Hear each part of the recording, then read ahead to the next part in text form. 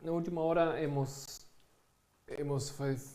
fizemos um resumo de tudo, mais ou menos, e como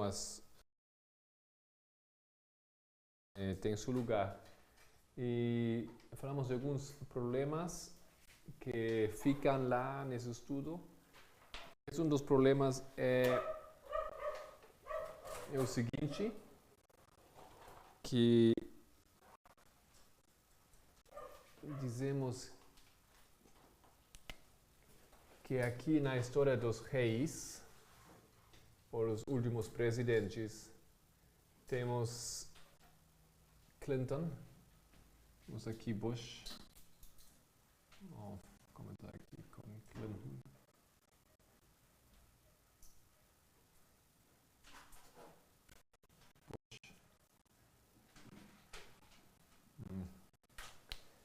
Mais espaço.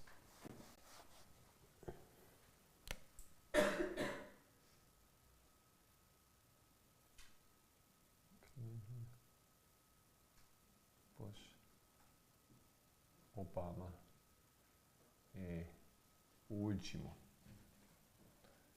Ok, o último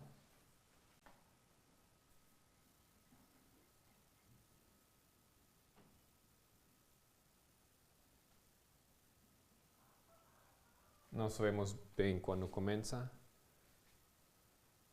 Possivelmente vai depois da lei dominical, continuar depois da lei dominical, mas ele vai ficar aqui. Ele vai estar de pé no decreto dominical. Ontem, como foi a entrevista entre Clinton e... Alguém ouviu? Não? Empate? Novamente? Ok. Parece que Trump está perdendo um pouco ultimamente por algumas coisas que saíram à luz, mas parece que ontem ficou mais ou menos como a primeira discussão, debate entre os dois, ficou mais ou menos empatado. Então não temos ideia quem vai ser o seguinte presidente, o último dos Estados Unidos. Ok. Nessa história, falamos que o último presidente, o presidente dos Estados Unidos,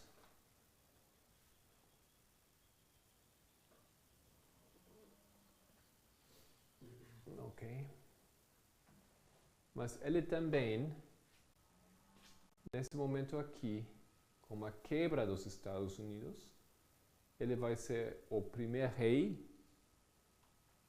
da ONU, ou do mundo, ok? E dessa maneira ele é simbolizado na Bíblia por caráter do último rei,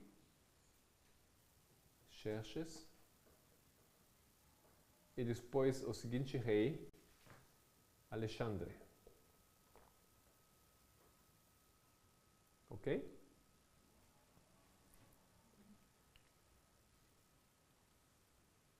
Uma das perguntas foi como é possível, primeiro vamos procurar resolver isso aqui. Como é possível que os Estados Unidos, o presidente dos Estados Unidos é rei dos Estados Unidos, mas também é rei do mundo, ou rei da ONU, onde é a base bíblica para isso? Ok? Compreendem a problemática? Não, como ele é as duas coisas? Porque isso não é outro aqui. Outra pessoa, porque é o mesmo. Então vamos lá olhar alguns assuntos aqui. Vamos começar com Salmo 48.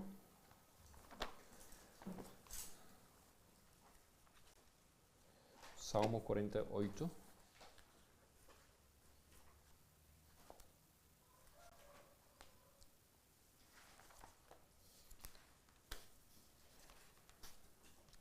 Quem quer começar a ler? Versículo 1 até versículo 4, e alguém depois continua no versículo até 8. Grande é o Senhor e muito digno de louvor, na cidade do nosso Deus, no seu santo monte. Formoso de sítio e alegria de toda a terra é o monte Sião sobre os lados do norte, a cidade do grande rei. Deus é conhecido nos seus palácios por um alto refúgio, porque eis que os reis se ajuntaram, eles passaram juntos. Ok, o que está dizendo aqui esse salmo? Temos dois bandos ou dois grupos.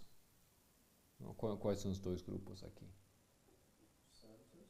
Os santos, o Monte Santo. Os reis? E os reis. Ok? Deus protege seu povo. Eles são guiados por Deus, Ele cuida deles. Mas por outro lado temos os reis. E que fizeram? O que significa isso? Que eles se reuniram. Ok, essa é a interpretação disso, possivelmente, talvez. Mas por que significa que eles se reúnem? Eles querem apagar o nome do povo de Deus, falar o salmo. Mas você como saca isso disso aqui?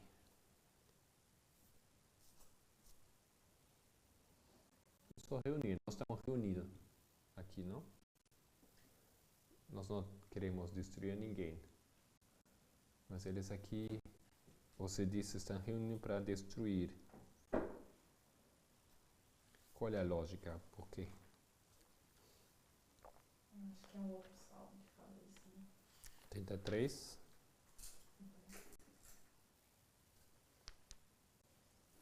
83, Lincoln, que lê Salmo 83, 1, 2 e 3. Ó Deus, não estejais em silêncio, não te cales, nem te aquietes, ó Deus, porque eis que teus inimigos fazem tumulto, e os que te odeiam levantaram a cabeça. Tomaram astuto conselho contra o teu povo, e consultaram contra os teus escondidos. Ok. Aqui temos essa lógica, não? Que os povos se reúnem, fazem uma aliança, eles consultam, eles contra quem? Contra os protegidos, contra os escondidos, contra o povo de Deus.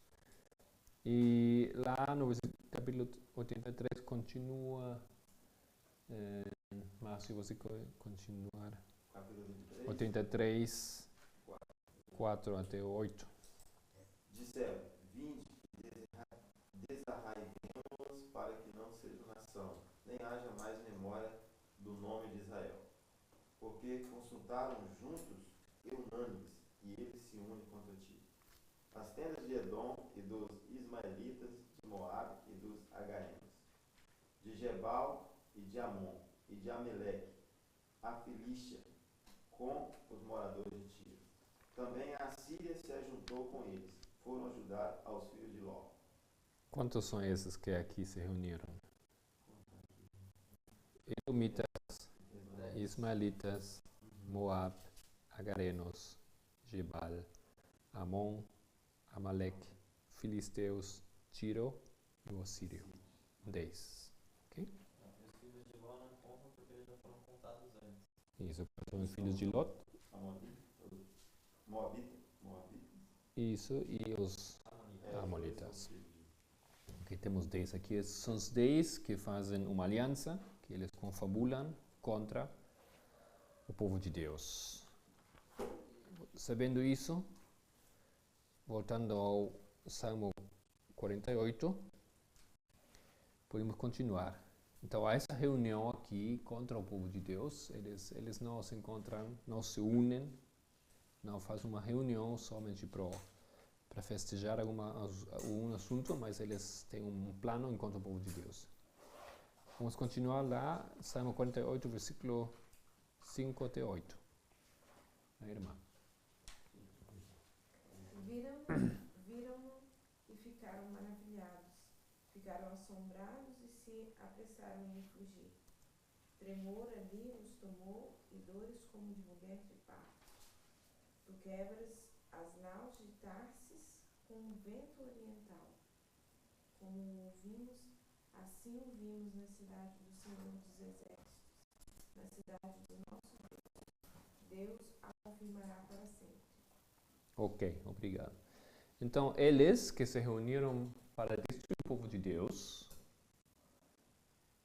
nesse momento eles ficam como? Terror. De terror. Por quê?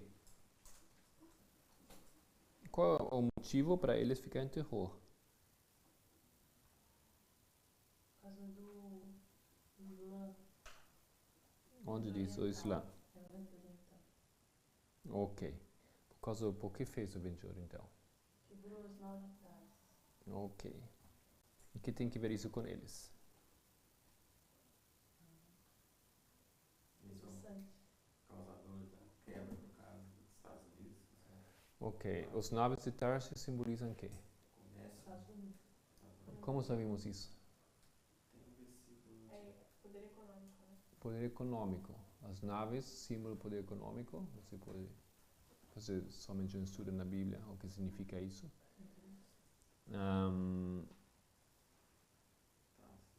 Tem outro texto paralelo, muito...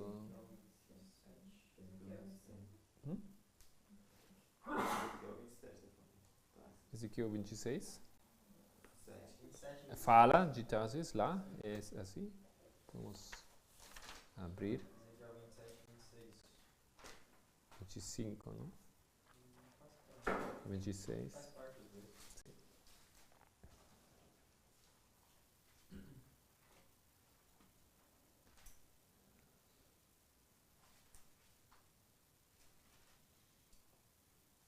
Irmão, você quer ler isso? Ezequiel 27, 25, 26.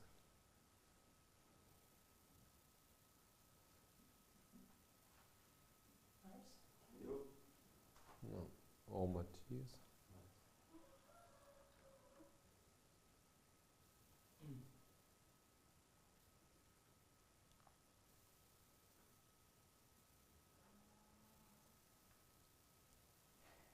Os navios de Tarsis eram as tuas caravanas para a tua mercadoria. E te encheste e te glorificaste muito no meio dos mares. Os teus remadores te conduzirão sobre grandes águas. O vento oriental te quebrantou no meio dos mares. As tuas riquezas. Ok, só isso. Obrigado. Então, temos aqui um segundo testemunho, que o vento solano, o vento oriental, quebra as naves de Tarsis. Mas como ajuda isso para compreender que naves de Tarsis simbolizam os Estados Unidos? Porque as naves de Tarsis eram a principal fonte de comércio. Tiro é símbolo de Babilônia, símbolo do papado. Ok. Estados Unidos, Fala lá, não? Siglo XII. Você quer ler isso? Ezequiel 27. Uhum. Tarsis negociava contigo, por causa da abundância de toda a casta de riquezas com prata, ferro, estanho e chumbo.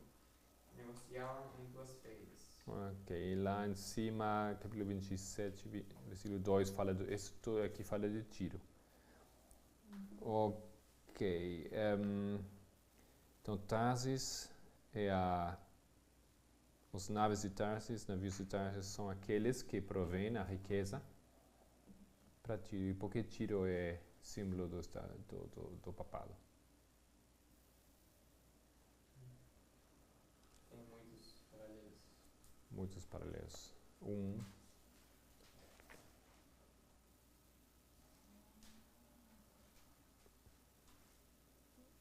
Uma coisa, uma ideia?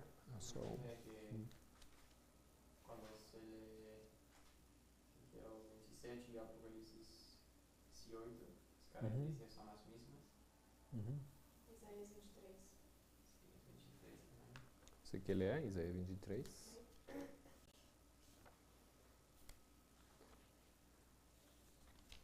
15 a 17, né?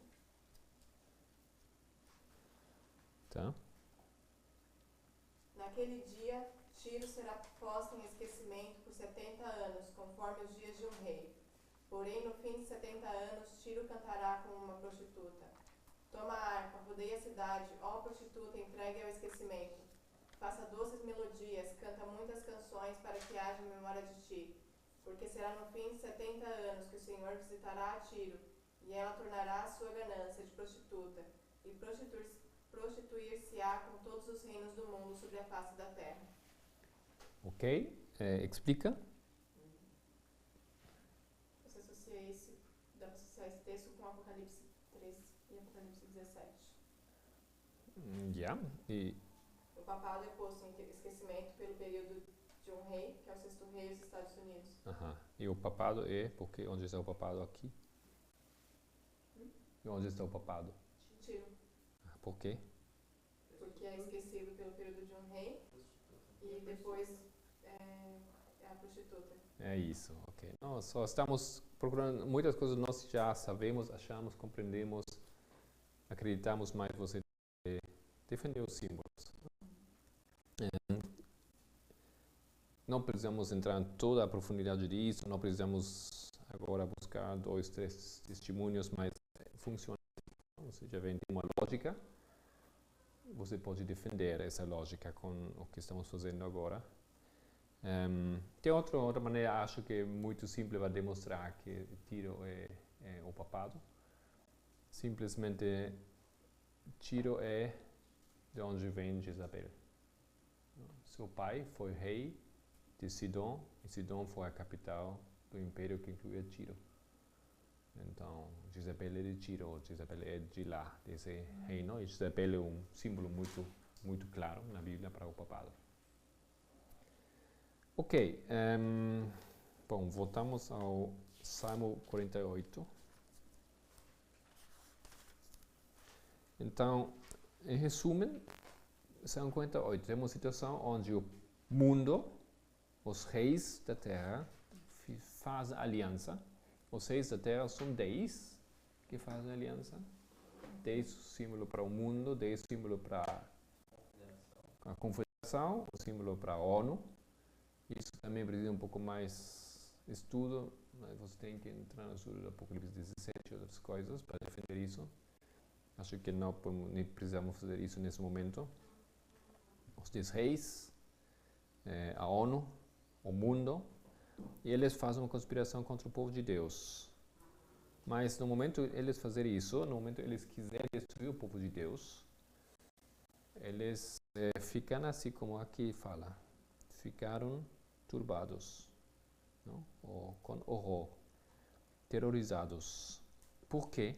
Porque alguém, ou seja, as naves de Tarsis são quebrantados pelo vento oriental.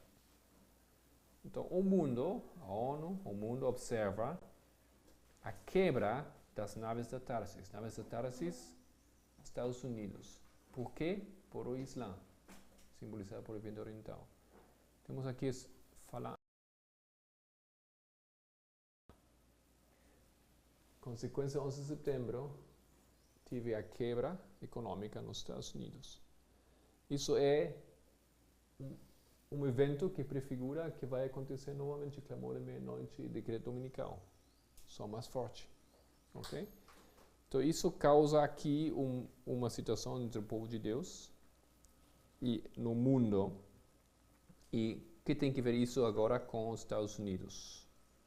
Os Estados Unidos, naves de Tarsis, eles estão relacionados intimamente com o mundo, ou com a ONU.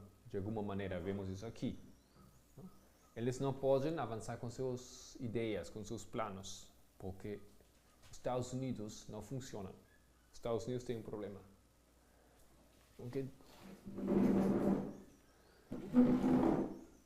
Porque os Estados Unidos são quebrados aqui, ou recebem aquele ataque, ou sofrem.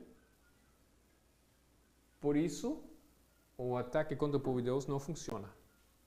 Esse é um dos motivos porque nós dizemos que 11 de setembro eles já queriam lançar a lei dominical. Okay? O mundo já queria, os Estados Unidos queriam lançar a lei dominical, mas não podiam. Por quê? Por vento solar. Então, se os Estados Unidos aqui nesse versículo tem tanto que ver com a ONU. De alguma maneira, estamos disso começando a deduzir que os Estados Unidos lideram a ONU. Ok? Se eles fazem uma coisa, então a ONU pode fazer. Se eles também, a ONU pode. Se não, eles não. Ok? Mas isso somente estamos começando aqui. Vemos aqui essa relação íntima entre os reis do mundo e os Estados Unidos. Bom, seguinte ponto.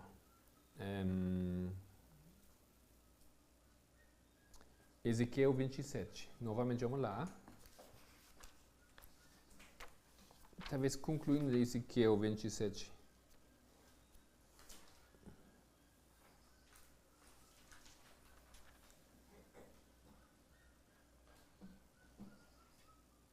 Como Andrés falou, não? Isso é a potência primária.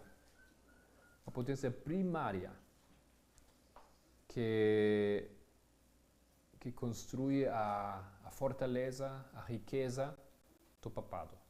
Ou da Babilônia moderna. Ok? Como é que eu sei que o vento oriental é o Islã? Como eu sei que o vento oriental é o Islã?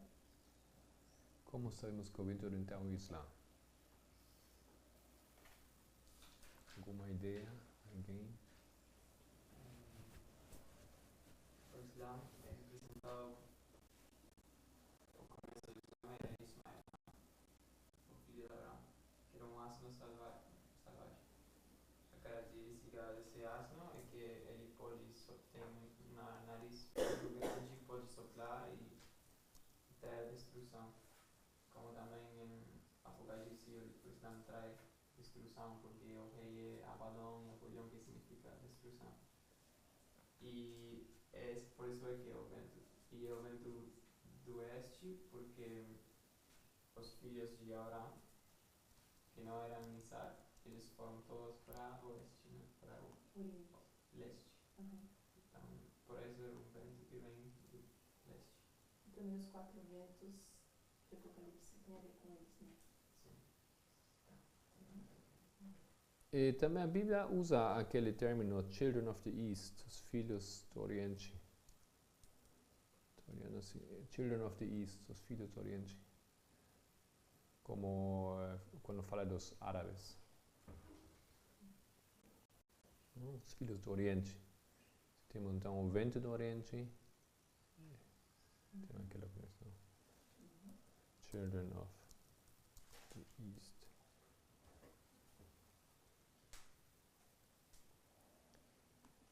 Ok. Bom, então aqui temos duas coisas. Não? O mundo depende dos Estados Unidos, depende de Tiro. Tiro é o poder, a potência primária para prover as riquezas para Tiro. Tiro, símbolo do papado, mas também símbolo do papado moderno, que é a Babilônia moderna, que inclui três potências. Ok? Uma curiosidade que eu fiquei sabendo no outro dia, que o Departamento de Comércio dos Estados Unidos, eles têm como símbolo um navio. Navio? Aqui nesse escudo eles têm navio, assim, até Ok. eles usam esse símbolo. É interessante, não? Essa é também a simbologia que usa Daniel 11. Vocês lembram disso? 11:40. Porque lá aqui, mesmo livro de Ezequiel, capítulo 29, onde falamos um pouco disso, vamos ler em Mateus. Pode ler versículo 1 até versículo 3. Ou até versículo 4. Sim. 29, 1 a 4. Eu li até o 4. No 10º ano, do 10º mês, no dia 12 do mês, veio a minha palavra do Senhor dizendo: Filho do homem, dirige o teu rosto contra Faraó, rei do Egito, e profetiza contra ele e contra todo o Egito. Fala e diz: Assim diz o Senhor Deus: eis que contra ti, ó Faraó, rei do Egito, grande dragão, que pousas no meio dos teus rios, e que dizes: o meu rio é meu, e eu o fiz para mim. Mas eu porei anzóis em teus queixos, e farei que os peixes dos teus rios se apeguem às tuas escamas, e tirar-te-ei do meio dos teus rios, e todos os peixes dos teus rios se apegam às tuas escamas. Ok. O dragão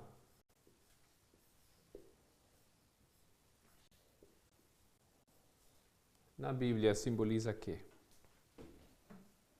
Satanás. Hum? Primariamente Satanás. Satanás. Roma também. Roma.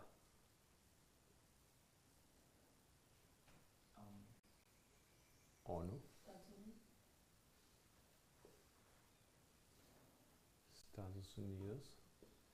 Você fala também EUA.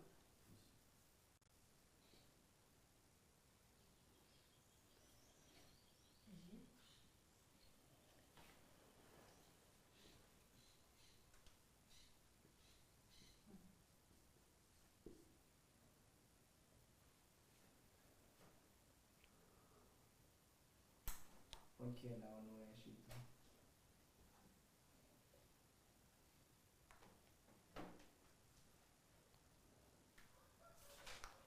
Egito representa o mundo, né? Por isso, não? Egito é o mundo. O povo está saindo do mundo. Helena White tem vários textos onde fala que Egito simboliza o mundo. Egito é símbolo do ateísmo. Símbolo do mundo que não é com Deus. Satanás, Roma, ONU, Estados Unidos. Ok? Aqui também eu diria, isso é o faraó. Faraó.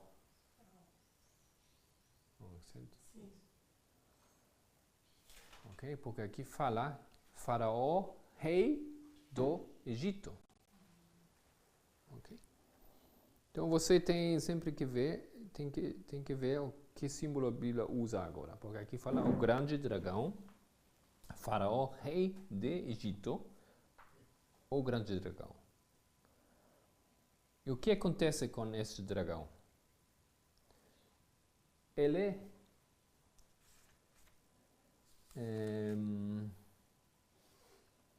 meus ei, versículo 4, porém anzóis em teus queixos e farei que os peixes dos teus rios se apeguem às tuas escamas. Então, quando aquele dragão,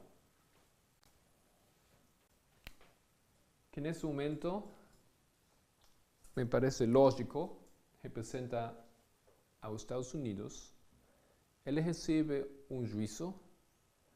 Quem mais sofre desse juízo?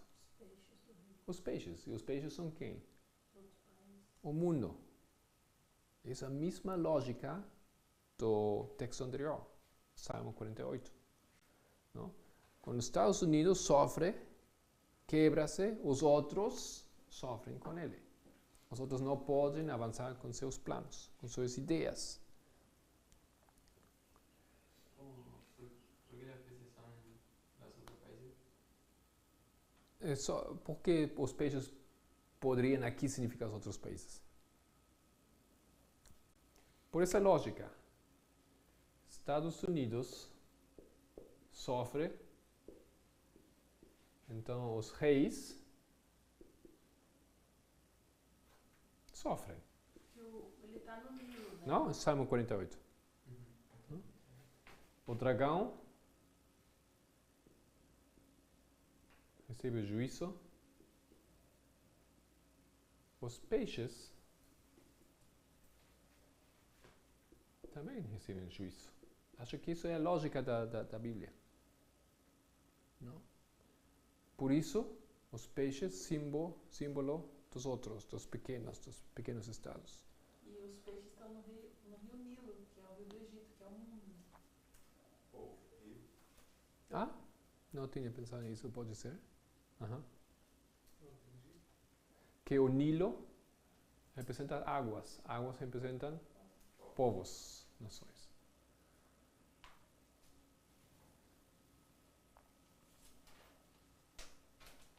Isso aqui é uma interpretação, ok?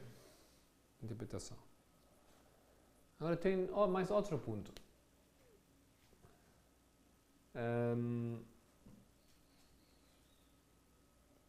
Os Estados Unidos também simbolizado por que país? Na profecia. Medo Pérsia.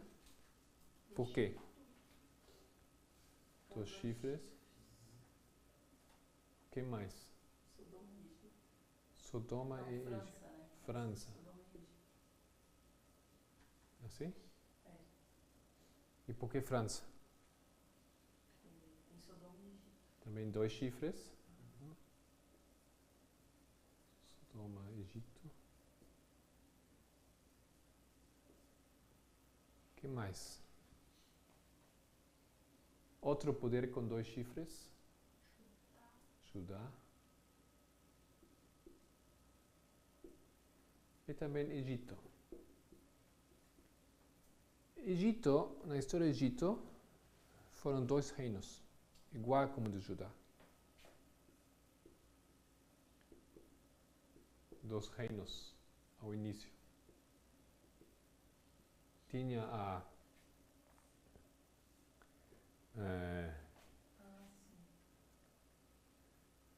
isso é baixo e alto. Você assim falam também? Alto Egito e o baixo. Assim? Baixo Egito.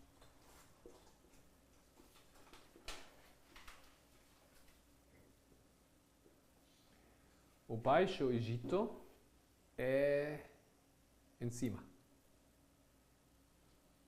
Para mim a lógica seria o alto, mas não, é em cima. Por quê? Porque é onde o rio Nilo entra no mar.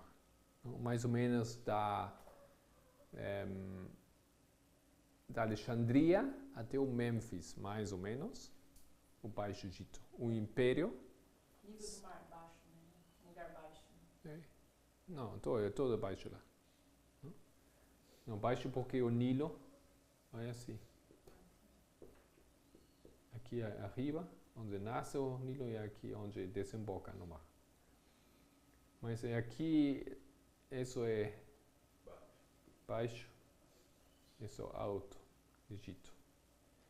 Aqueles 2 poderes tinham diferentes. Talvez vocês olharam alguma vez no museu, assim, arte dos Egitos. Eu tenho uma dúvida. Talvez não se possa responder tão rapidamente e eu depois tudo, mas eu nunca ouvi que Egito era símbolo dos Estados Unidos. Por quê? Okay. Estamos justamente procurando de mostrar isso. Okay. Então aqui, deixa eu ver isso como funciona. Eles tinham 2 coroas diferentes. Aquela coroa era roxa.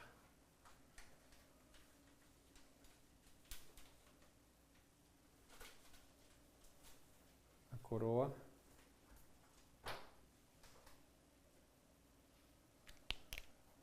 do Baixo Egito.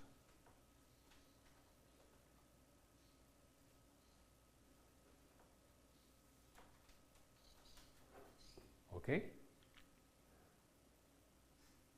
E a coroa deste aqui é diferente.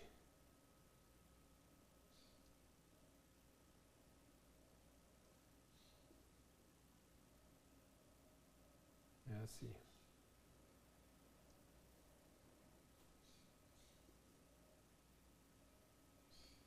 Não sei se vocês viram isso alguma vez. Sim? Depois de se unir, a corona ficou assim.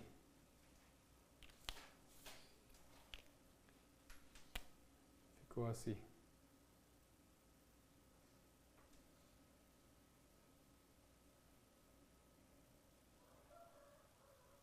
A doble coroa.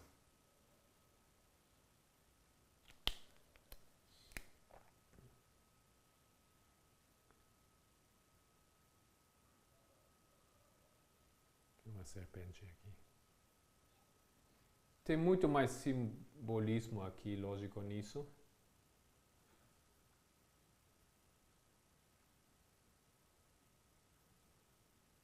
Porque as coroas representam diferentes deuses, não? Mas é parte dessa lógica aqui. Egito, outra potência de Deus, dois reinos. Não? Mesmo se unificaram, eles têm essas duas partes. E os Estados Unidos, uma potência de dois chifres. Então, isso faz, Matias, que vemos que Egito simboliza os Estados Unidos também. Não sei se isso é possível, mas talvez também a divisão dos Estados Unidos em duas áreas. Quais são as duas áreas dos Estados Unidos? A divisão entre os Estados, no mesmo Estados Unidos. Isso talvez hoje, não? Assim, East Coast, West Coast, mas historicamente tem outra divisão. Norte e Sul, os Estados Confederados e os outros, não? Que fizeram guerra entre os dois.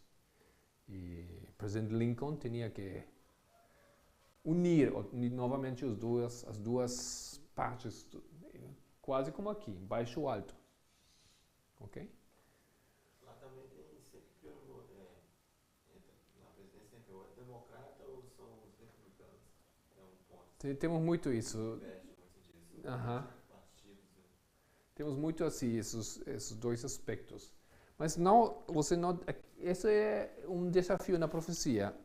Tem símbolos que significam diferentes coisas. Mesmos símbolos, mesmas coisas. Porque quando você lê Daniel 11, somente para 40 até 45, o primeiro símbolo é o Rei do Sul. Ok? Que símbolo para a Rússia? USRR ou como se chama? URSS. Depois tem o Rei do Norte, o Papado. Depois você tem a Terra Gloriosa, Estados Unidos. Ok? E depois?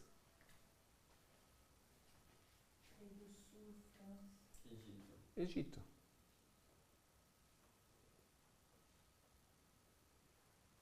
Símbolo de quê? Mundo. Então aqui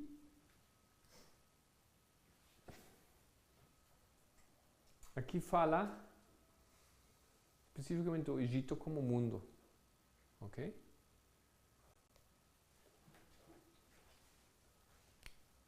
O Egito também é simbolizado por Faraó, que nesse momento aqui é símbolo de ateísmo, mas é outra linha de lógica, outra linha dos símbolos. Então tem que justamente usar aqueles símbolos. Acho que sim.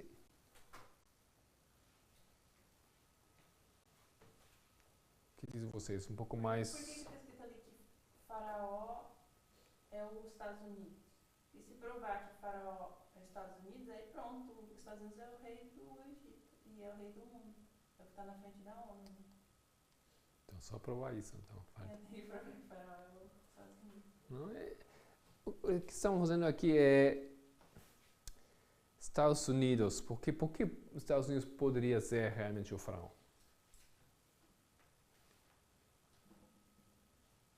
O faraó, ele comandava o Egito, era o líder, e o Egito é o símbolo do mundo, e no mundo hoje quem manda, digamos assim, Isso não é assim uma conspiração, isso não é uma ideia assim que temos Estados Unidos, não é, é literal, é assim, é realmente assim. Não, na ONU, os Estados Unidos ocupam o lugar principal na ONU. Quem dá as forças militares para a ONU? Os Estados Unidos. Não é 100%, mas acho que mais da metade, a potência militar da ONU. A potência econômica, que o país é o país mais forte economicamente hoje em dia. É que mais contribui. Ainda é os Estados Unidos, ainda. São o mais forte, mesmo pela quebra e tudo isso, seguem sendo o mais forte economicamente. Militar e economicamente mais forte no mundo. Isso é um fato. Eles jogam esse papel dentro da ONU. Ok? E essa separação que faz aqui a Bíblia falando do rei do Egito, então isso para mim parece muito importante. Não? O Egito simboliza o mundo, mas aquele mundo tem um rei. E quando fala aqui desse rei que recebe o juízo, também a simbologia de Ezequiel mostra aqui aquela ideia que não é somente ele que vai sofrer. Então, só os pequenos peixes, todos que vão com ele. Ele sofre, todo mundo vai sofrer. Ok? Funciona a lógica para vocês? Sim. O problema que eu tenho é que também funciona se eu penso que esse dragão é a ONU. E todos os mais peixes são dos países. Também funciona perfeitamente. A ONU. Porque dragão também é símbolo. Fala de novo. Que dragão também é símbolo da ONU. Então, Ezequiel 29 também funciona assim. Agora, vendo a simple vista, eu vou estudar melhor. Mas também funciona assim, pensando que é a ONU, esse dragão. Ok, o faraó é a ONU. Não, faraó. Sim, faraó. E Egito? ONU também. Porque é o mundo. Aqui fala faraó, rei do Egito. Agora entendi. Certo. Já tem mais lógica.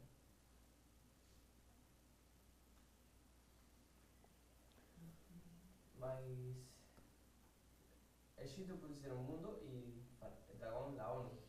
A ONU não é o mundo, é um rei, é um dos reis. A ONU, um dos reis? É o sétimo rei. São 10 reis, mas é o sétimo rei. A gente tem que ver por que o faraó é chamado Estados Unidos. Aí eles vão provar que o faraó é Estados Unidos.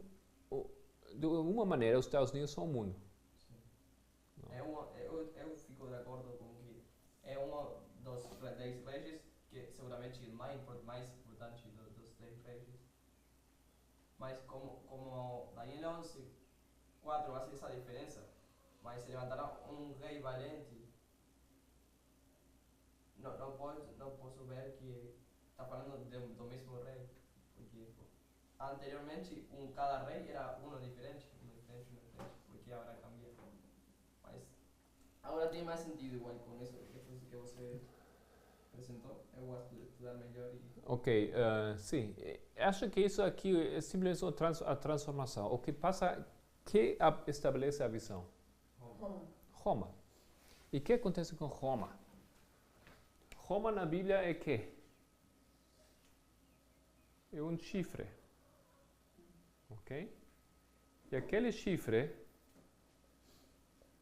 em Daniel 8, como é? Como o gênero dele? É feminino. Tá? Vocês lembram essa palavra? Se não, vamos lá rápido. Daniel 8. Versículo 8. Fábio, você pode ler? Versículo 8. 8:8. E o bode se engrandeceu sobremaneira, mas estando na sua maior força, aquele grande chifre foi quebrado. No seu lugar subiram outros 4 também notáveis, para os 4 ventos do céu. Anda, 9.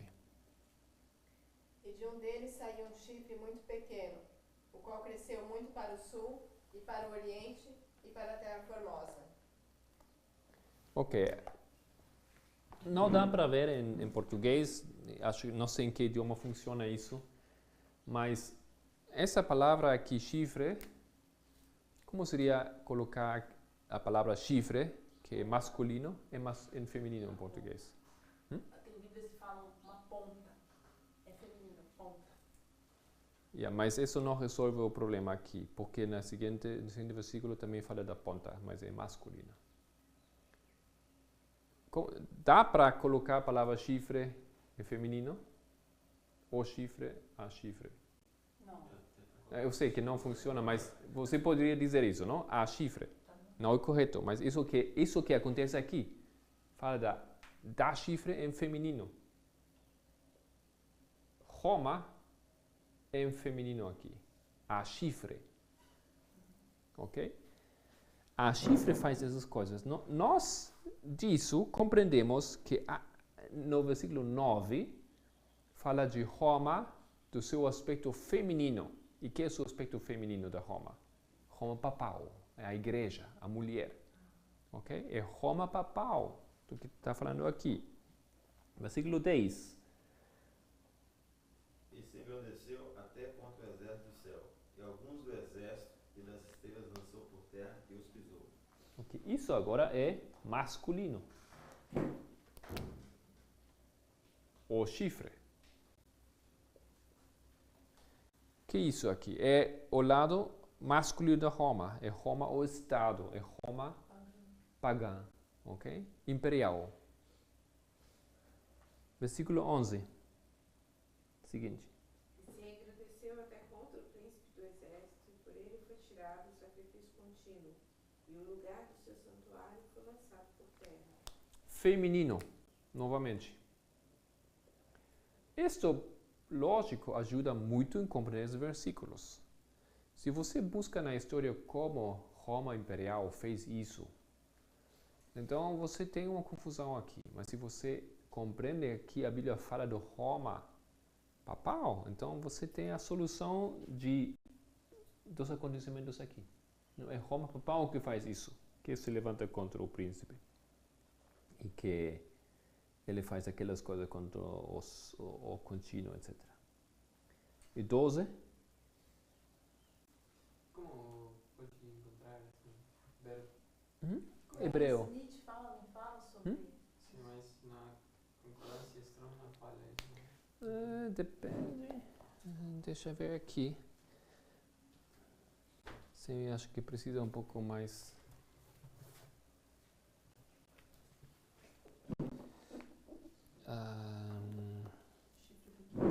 Acho que daí a gente fala esse negócio feminino.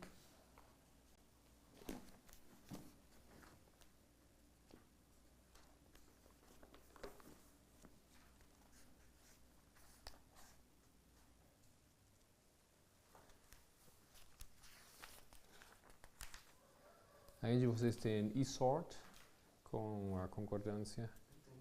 Strongs. Tem que ver isso lá.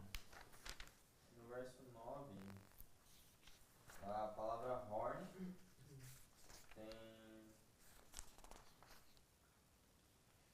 uma informação adicionada ao lado da primeira definição que fala um substantivo feminino. Só que nos demais eu não encontrei. No verso 9 do capítulo 8. A palavra horn fala que coisa? Tá. Substantivo feminino. A sua definição strong, ok? Porque a minha não fala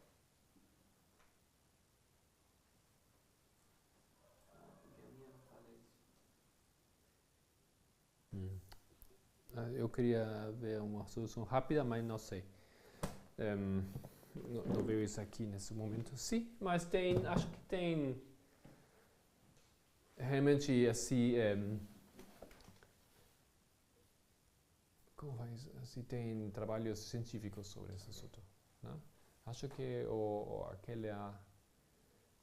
aquela defesa de Peters que eu posso dar, tem um PDF dele, Peters, ele defende o assunto ao nível assim, da gramática e da idioma hebreu, do contínuo. Acho que ele entra também nisso. Vamos dar uma olhada nisso. Continua, último versículo 12. Quem queria ler isso?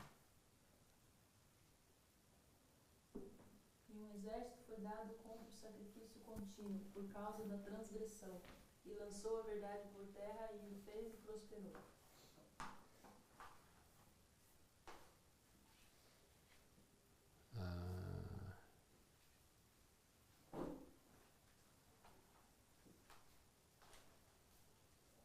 Mas acho que de volta aqui aos assuntos. Espero que vocês não ficaram já uma anotação na sua Bíblia. Porque eu, a propósito, eu coloquei o feminino em cor pink. Aqui rosa, não? Mais rosa, mas ok. É assim que eu... Nossa. Versículo 9, masculino. Você falou feminino lá? Eu tenho anotado dessa maneira aqui. Assim.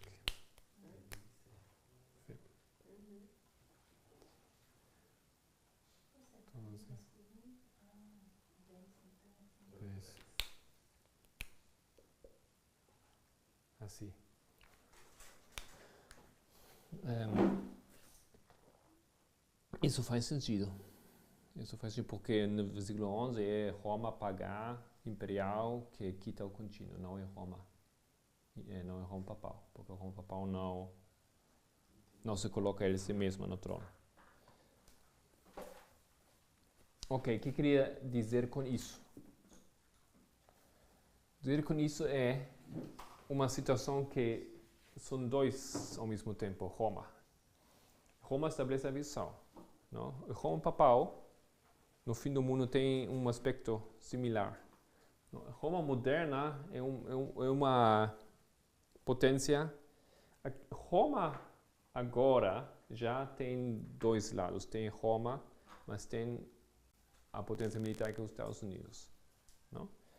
Então, de uma maneira, os Estados Unidos já formam parte dessa potência. Eles estão no seu braço ao papado. No fim também vai se formar e vai se juntar com eles aquela terceira potência, o dragão. Então vai ser uma tripla aliança. Então é toda uma união com diferentes aspectos. E os Estados Unidos jogam ou o papel dos Estados Unidos ou o papel do líder da ONU ou o papel da força para o papado. Mas com a lei dominical vai desaparecer aquele papel como Estado independente. Eles se quebram, eles ficam só no seu papel dentro da ONU. Ok? Por quê? Porque o sexto rei se quebra aqui. Então aqui é a história do sexto rei. Desculpa, pode repetir isso? Aqui acaba a história do sexto rei. E aqui começa a história do sétimo rei. Os Estados Unidos, eles aqui têm diferentes caras. Não, eles funcionam como o rei. Ao mesmo tempo, eles dão seu braço ao papado. Ok? O exército do papado tem diferentes roles. Aqui eles deixam esse rol, mas eles continuam outra função. Eles continuam. Eu queria ilustrar isso um pouco com isso. Ele um pouco não é fácil de agarrar esse símbolo, não é fácil de entender o que é. É símbolo do mundo, o Egito, mas também é o faraó que lidera o mundo. Também é a primeira, uma dos três na aliança triple da Babilônia moderna. Então isso eu acho que é um pouco a problemática aqui. Uma mistura. Não? Mesmo assim dá para parar e para separar bem os símbolos e que é Estados Unidos nesse momento, um específico versículo. Agora, outra problemática que tem que ver com isso é que ¿Cómo era que se prueba que Sexto Rey termina en la ley dominical? Porque simplemente entrega, llega al tope de su intimidad, yo que... como se prova que os Estados Unidos acabam na lei dominical? Porque o Papa acaba os anos do esquecimento do Papa quando acaba aquele rei, e aí no decreto dominical o Papa cura a ferida. Ele não é mais esquecido, ele é lembrado. Né? Porque não, mas Assim, vai tipo assim, tem que a gente. O mundo se espera nos Estados Unidos. De estrutura, de funcionamento. No mundo, né? Oriente um pouco menos. Ele vai ser visto, vai ter uma liderança, o mundo vai ver como uma liderança até aquele momento, mas depois ele perde essa liderança. O mundo está assim, não tem mais onde esperar. Aí ele passa para o Papa. Mas naquele que ele passa para o papado, uma instituição religiosa, para organizar o mundo, para dar um direcionamento, ele não passa totalmente, ele vai junto com o Papa para poder fazer essa liderança, com a outra roupagem, né? Com a ONU, no caso. Mas ele continua sendo o mesmo, assim, sem aquela roupagem de país aí, com a ONU. Eles trabalham juntos, né? Uma hora um sobrepõe o outro, depois ele vem com o religioso, uma hora que o militar, o econômico não funciona, vamos colocar um religioso. Mas aí quando ele vai religioso, esse militar, esse um também não fica de fora dessa liderança. os Estados Unidos, qual é a potência dos Estados Unidos? Qual é a força deles? Profeticamente. Os chifres. O que acontece com os chifres aqui? La verdad, no 9 de setembro, ¿no? O chifre, el último día. O que acontece lá? La veis completamente ahí cae, ¿no? Na lei dominical. É isso, não? Aqui é parte, não? Porque existe existe aqui como é o ato patriota, mas não é efetivo. Não? Tem leis dominicais que existem muito nos Estados Unidos, blue laws, mas não tem efeito. Aqui realmente é quebrantado. E por esse momento, por isso. Ok, outro problema que eu acho um problema muito interessante também, e precisamos falar disso.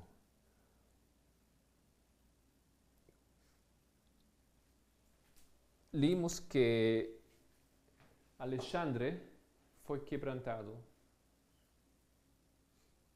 aos 4 ventos. Ok? Alexandre simbolizando o império da Grécia, Grécia simbolizando a ONU, o mundo. Mas falamos nas aulas que esse quebrantamento aqui simboliza não o quebrantamento da ONU, mas o quebrantamento dos Estados Unidos. Por quê? Porque o último presidente também é Alexandre. Não? Isso é isso aqui. Ele é o faraó. Ele é o povo de Deus, ele é o faraó. Ele é duas coisas. Então, ele é quebrantado aqui e fala lá em Daniel 11 que seu país vai ser quebrantado 11, versículo 4. Seu reino será quebrantado e repartido aos 4 ventos, e não tem quem siga o seu domínio, não? Não tem quem sucessor. Então, o que fizemos, falamos isso, isso é um símbolo que funciona aplicando aos Estados Unidos, que vai ser quebrantados aqui, não? E sabemos que os 4 ventos do Apocalipse 7, eles causam aquela destruição. Parte dos 4 ventos é o símbolo do cavalo, que é símbolo do Islã. Ok? Mas, aqui fizemos outra paralela, o texto de Ezequiel 14, onde fala que tem 4 juízos sobre seu povo, sobre Israel, a terra gloriosa, Estados Unidos. E os 4 juízos é o levantar do braço do Senhor. Mas o levantar do braço do Senhor são os 10 pragas. Ou dentro das 10 pragas, tem na 7ª praga o braço do Senhor que se levanta. Mas fizemos o seguinte: 7ª, 8ª, 9ª, 10ª praga. Por que dizemos que a 10ª praga simboliza o decreto dominical?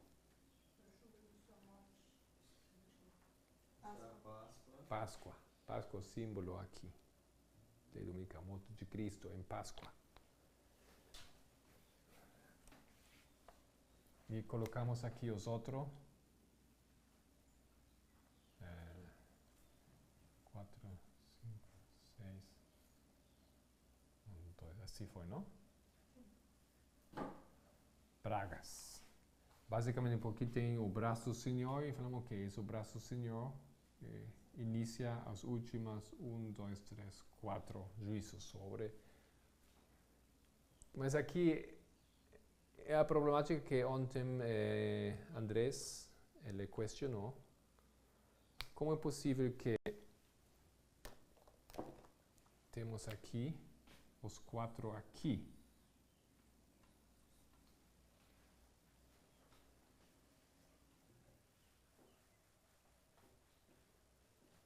Se aqui parece indicar tudo que os 4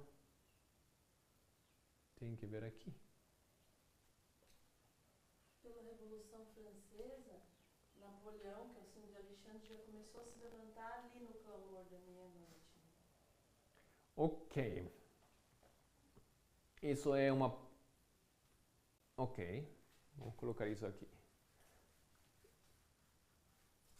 Então, Alexandre e Napoleão.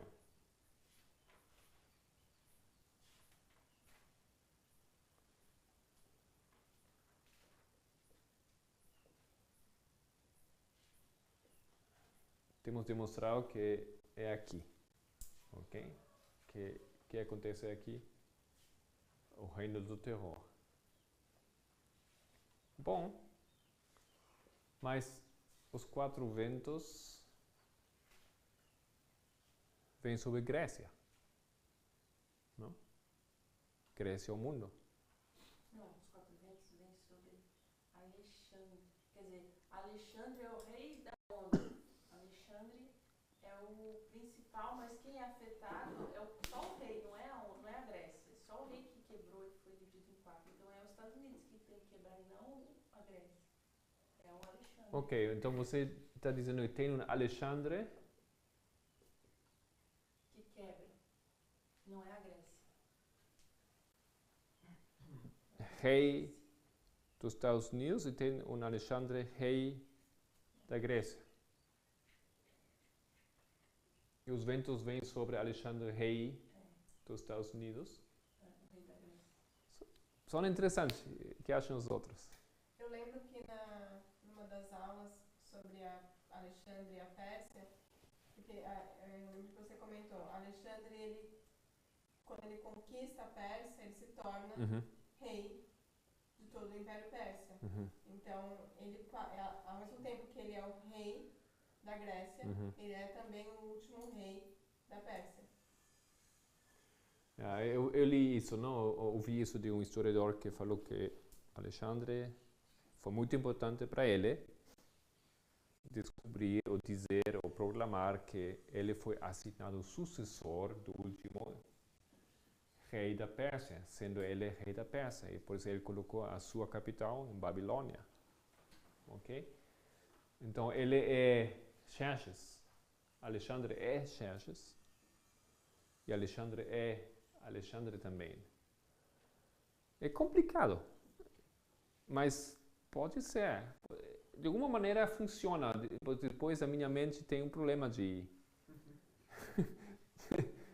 aceitar, de compreender isso. Um momento compreende, outro momento não compreende. Um desafio aqui. Que dizem vocês? Não, eu não tenho uma solução aqui para resolver isso. Eu vejo aqui uma lógica que coloca os 4 ventos aqui. O que Andrés falou ontem é que possivelmente é aqui os 4 juízos. Mas isso aqui é uma aplicação, um fractal disso aqui. Mas então deveríamos colocar novamente, deveríamos assinar novamente onde estão todos os 10 pragas no grande fractal.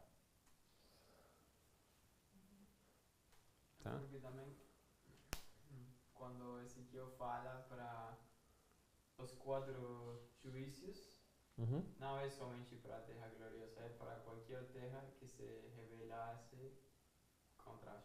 Assim? Então, vamos olhar isso aqui. Ezequiel 14.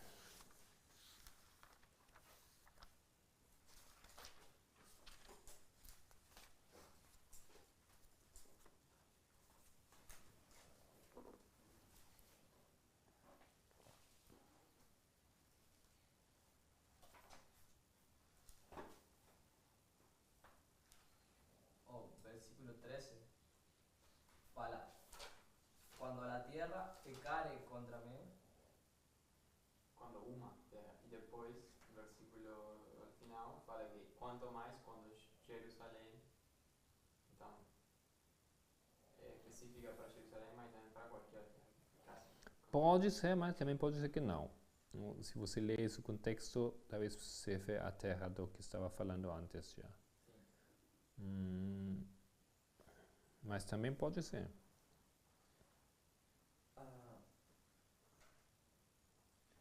no, tem que ser, porque si no, no tiene sentido que fale. ¿Cuánto más?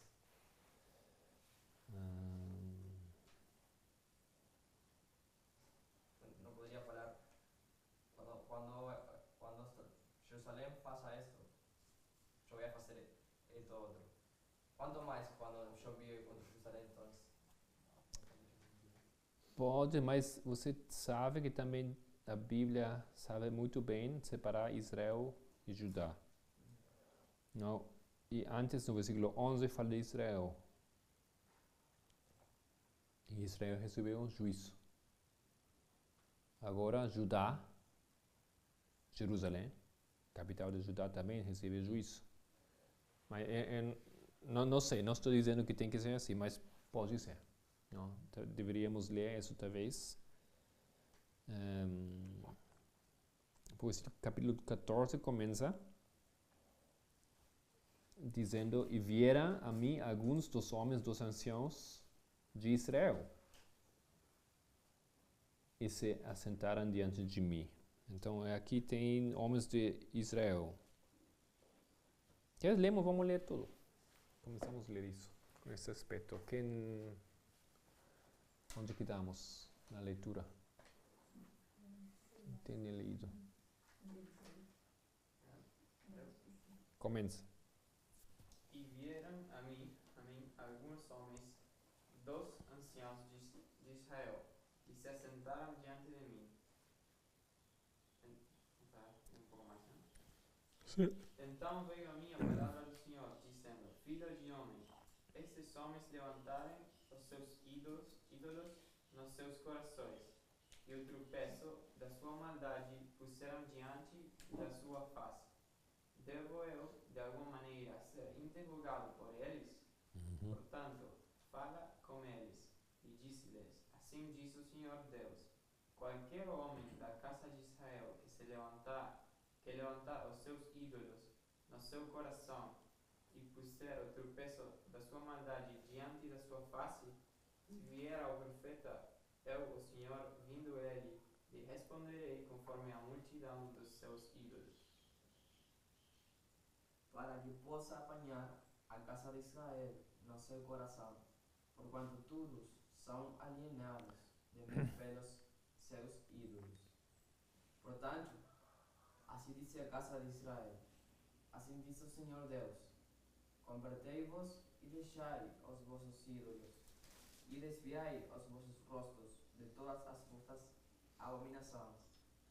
Porque qualquer homem da casa de Israel, ou dos estrangeiros que peregrinam em Israel, que se alienar de mim e der lugar no seu coração aos seus ídolos, e puser tropeço da sua maldade diante do seu rosto, e vier ao profeta para me consultar a favor de si mesmo, eu, o Senhor, lhe responderei por mim mesmo, e porei o meu rosto contra tal homem, e o farei um espanto, um sinal, um provérbio, exterminá-lo-ei do meio do meu povo, e sabereis que eu sou o Senhor.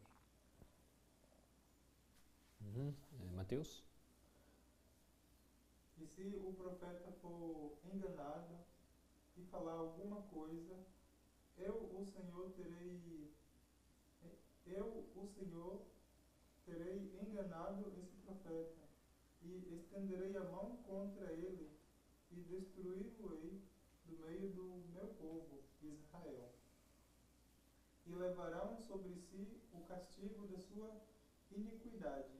O castigo do profeta será como o castigo de quem o consultar, para que a casa de Israel não se desvie mais de mim, nem mais se contamine com todas as suas transgressões.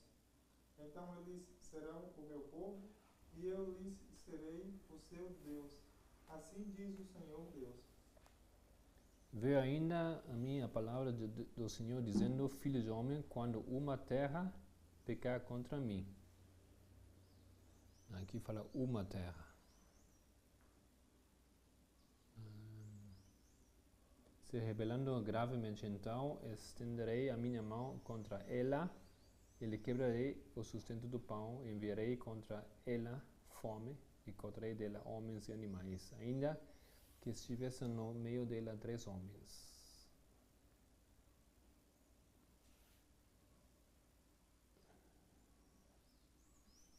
Eu acredito que esse assunto tem a ver com a junção das duas varas. Ok? Eu não sei explicar isso ainda, mas se quiser deixar para mim a tarefa, você pode fazer. Esse assunto eu tô vendo que tem a ver com o que eu estou estudando hoje. Ok. Só que eu não consigo explicar isso agora. Quer? Daí um pouco de tempo. Não consigo explicar Não dá, isso agora. não? 10 minutos, 8 minutos não dá para conseguir. Tá bem? Não tenho certeza, mas pode funcionar. Não tenho certeza.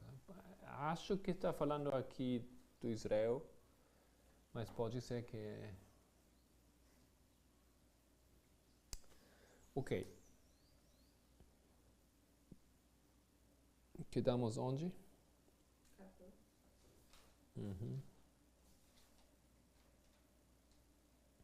Então esse assunto aqui fica um pouco aberto. Acho que é um assunto que precisamos. É possível, acho, a solução mais simples, acho, que seria aplicar a 10ª plaga aqui. Ok? Isso é o grande fractal. Isso é um fractal mais pequeno disso. Acho, mas não sei se isso é possível ainda, porque eu não olhei os símbolos ou a descrição dos eventos aqui. Porque a 10ª praga que é dominical. Claro, faz muito sentido. Mas aqui também funciona. Não? Funciona também. Mas então você tem que atribuir as outras pragas a esses símbolos aqui. Poderíamos fazer isso, um por um, ler novamente o que conecta. Porque tem algumas coisas abertas aqui. Não falamos do significado disso aqui tampouco. Isso parece ficar claro, mas isso se basa em Ezequiel 14. Ezequiel 14 também se basa aqui nisso. Então, falta um pouco mais substância para isso. Com certeza, depois do decreto, a gente vai achar um monte de linha até o fechamento da porta graça, porque Deus vai revelar mais um monte de linha. Sim, provavelmente. Vocês como vão com a sua tarefa? Vocês encontraram o material para isso? Mais ou menos? Tá. Começar. Começou a caminhar hoje. Começar. Eu não achei vídeo nem PDF, mas aí eu também não. Fiz uma pesquisa só de significado dos nomes, Isso é a bom. história deles, já dá uma Não? ajudazinha. Se vocês veem, os reis, eles têm alguns acontecimentos nas suas vidas que são importantes para a profecia. Isso é que precisamos ver. Isso que acontece. Bom, então só isso para hoje. E Márcio, você quer fechar com uma oração?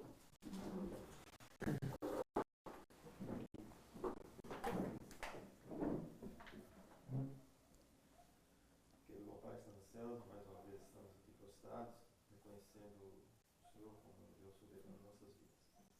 E também pelo seu cuidado.